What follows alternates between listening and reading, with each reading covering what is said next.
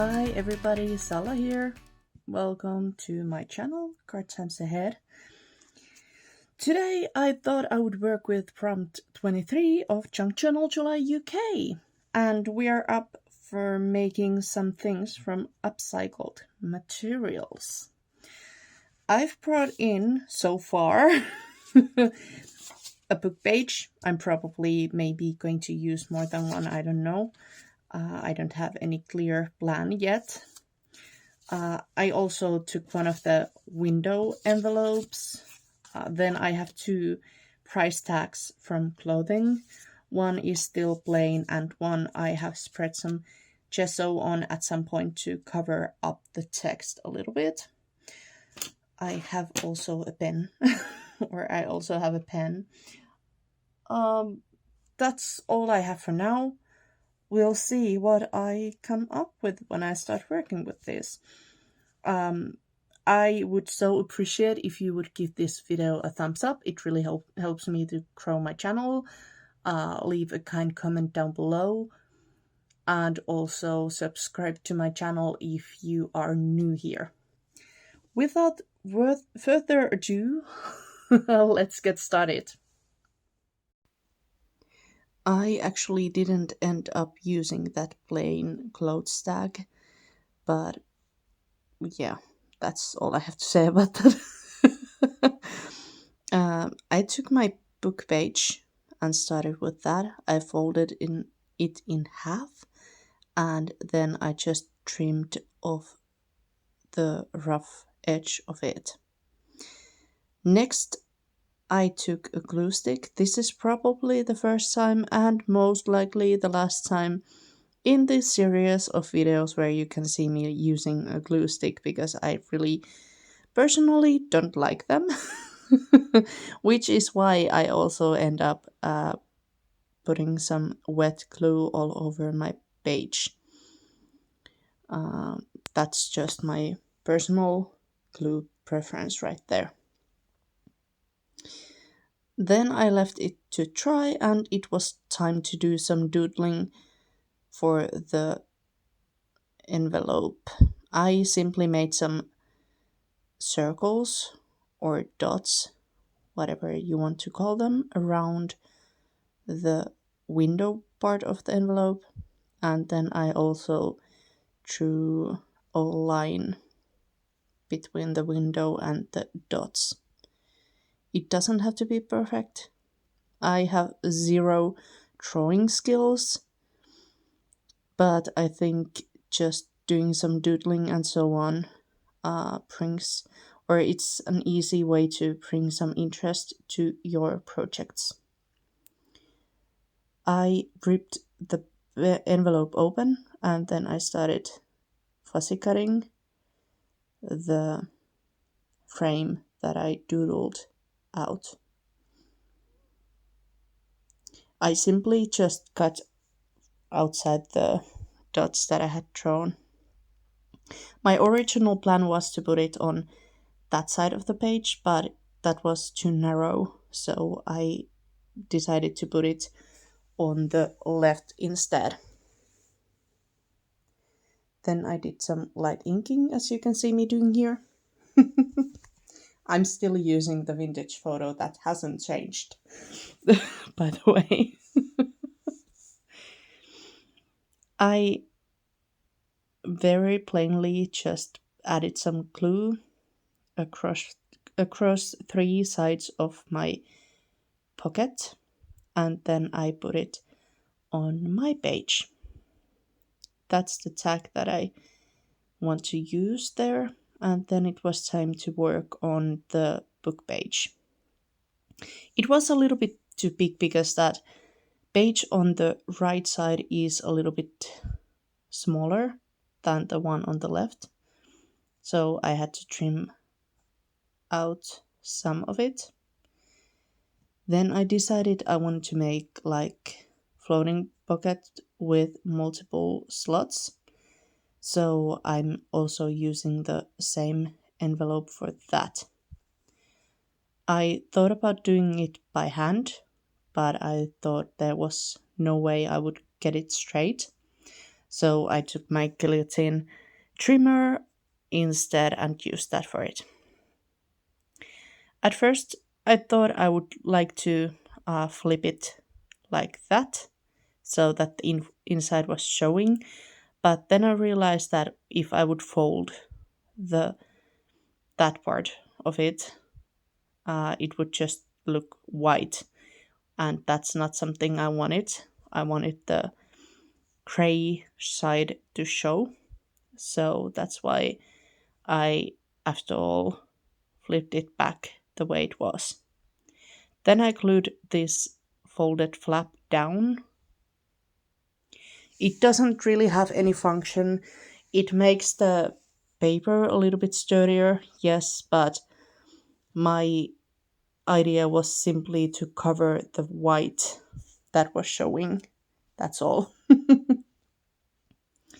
I took the book page and glued it on the envelope. I should have inked all the edges before doing all this, but I didn't. I constructed the floating pocket first, but I just worked around it. It's fine. There you can see me putting it together. I didn't do such a great job when I was trimming that off, so in the end I decided to take my trimmer again and just make it a little bit neater. And here you can see me covering up my mistake, which was not inking inking the edges before putting all that together. Most of it went just fine, but it's easier to ink them when it's not, put together yet. I wanted to make it a little bit more sturdy, so I simply glued my pocket to the piece of the envelope that I still had left. I'm using every scrap here. There we go. It probably wasn't perfect. Like I said in my last video, I had such a messy day. No matter what I did, I ended up having glue on my fingers and glue on my project. You know, things just happen. If I would have checked the orientation of my pocket at this point, I would have realized that it was upside down, and I probably would have chosen to put my text the other way around. So right now I'm gluing things upside down. I flipped it, but I still didn't realize that I was doing that. But that's also fine.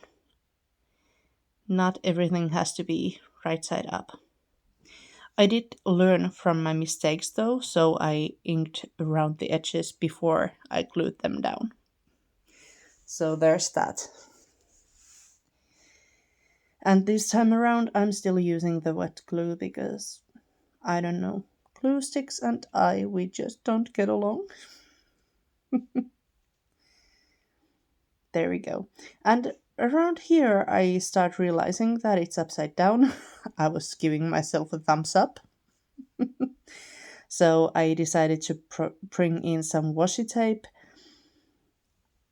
I also covered the white what that was showing on the pocket side, and then this washi tape has some text on it. I'm not sure if it shows, but I decided to put it randomly because having two pieces that were upside down looks weird to me personally.